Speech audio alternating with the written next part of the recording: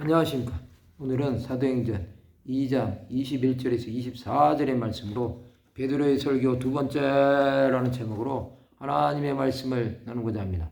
본 말씀은 누구든지 주의 이름을 부르는 자는 구원을 받으리라 하였느니라. 이스라엘 사람들아, 이 말을 들으라. 너희도 아는 바와 같이 하나님께서 나사렛 예수로 큰 권능과 기사와 표적을 너희 가운데서 베푸사 너희 앞에서 그를 증언하셨느니라.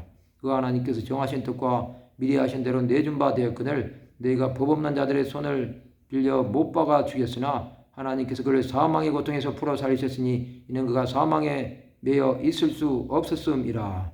베드로는 계속해서 말씀을 전합니다. 누구든지 주의 이름을 부르는 자는 구원을 받으리라고 말씀합니다. 이것은 예수를 믿음으로 구원에 이른다는 것입니다.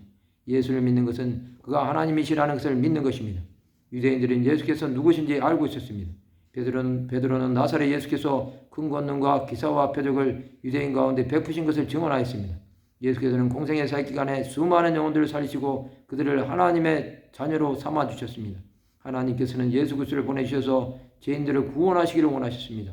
예수께서는 자기 백성들을 구원하시기 위해 자신의 몸을 내어주신 것입니다. 그러나 유대인들은 이방인들에게 내주어 영광의 주 예수를 십자가에 못 박게 한 것입니다. 그들은 하나님께 큰 죄를 저지른 것입니다. 그들의 죄로 예수의 피를 자신들과 자신들의 자손들에게 돌린 것입니다. 그들은 큰 대가를 치른 것입니다. 예수를 알지 못하고 행했던 죄로 인해서 그들은 유랑민족이 되었습니다. 하나님께서는 예수 그리스도를 십자가에서 죽게 하셨습니다. 그러나 사망으로 끝나지 않고 다시 부활하게 하심으로 사망을 이기게 하신 것입니다. 이제 사망은 더 이상 왕노릇하지 못합니다. 예수 안에서 사는 자들은 생명 안에서 왕노릇합니다. 우리는 주 예수로 인해 사는 자들이 되어야 합니다. 예수께서 다시 살아나심으로 그를 믿는 자들은 사망에서 자유하게 된 것입니다. 우리는 주와 함께 죽었던 자였습니다.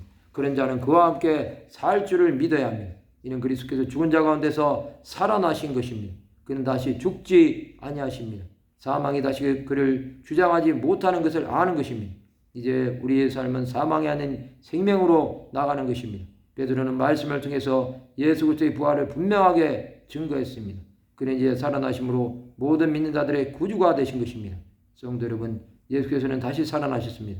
우리는 그것을 믿는 자들이 되어야 합니다. 하나님 우리가 예수의 다시 살아나심을 증거하는 자들이 되기를 원하십니다. 사도들이 행한 사명을 우리도 행해야 합니다. 우리가 예수를 위해 살게 될 때 하나님은 우리를 통하여 새 일을 계속해서 행하실 것입니다. 이러한 일을 위해 나가는 하나님의 자녀들이 되시기 바랍니다. 주 예수의 은혜가 모든 자들에게 있기를 바랍니다. 말씀을 마치고자 합니다. 주 예수의 부활의 증인의 삶을 살아가는 하나님의 백성들이 되시기를 주님의 이름으로 축원합니다.